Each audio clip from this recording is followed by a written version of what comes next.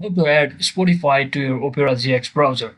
So hello guys, welcome back to my YouTube channel. In this quick tutorial, I'll be showing you how to add Spotify to your Opera GX browser. So first thing first, just open up your Opera GX browser, and once inside here, just search in for the following, that is Chrome colon slash slash flex slash.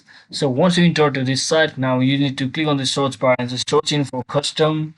And as you can see, there's option that is custom user sites for browser sidebar. So just tap on this and make sure you have enabled this first. And you need to relaunch your application. So now simply tap on relaunch, and once you relaunch your application, you just have to wait for a few seconds and just come over to your Opera GX browser once again. And once you restart your browser, you need to click on this three dot icon once again over here at the bottom left section, and simply scroll all the way down until you see the option that is custom sites panel. As you can see, now you can just tap on this add custom panel, and just let me give the Spotify name over here, just like this. And once I create a name, simply click on create, and it will automatically create our Spotify application right onto your sidebar on your Opera GX browser. So that is exactly how you add Spotify to your Opera GX browser.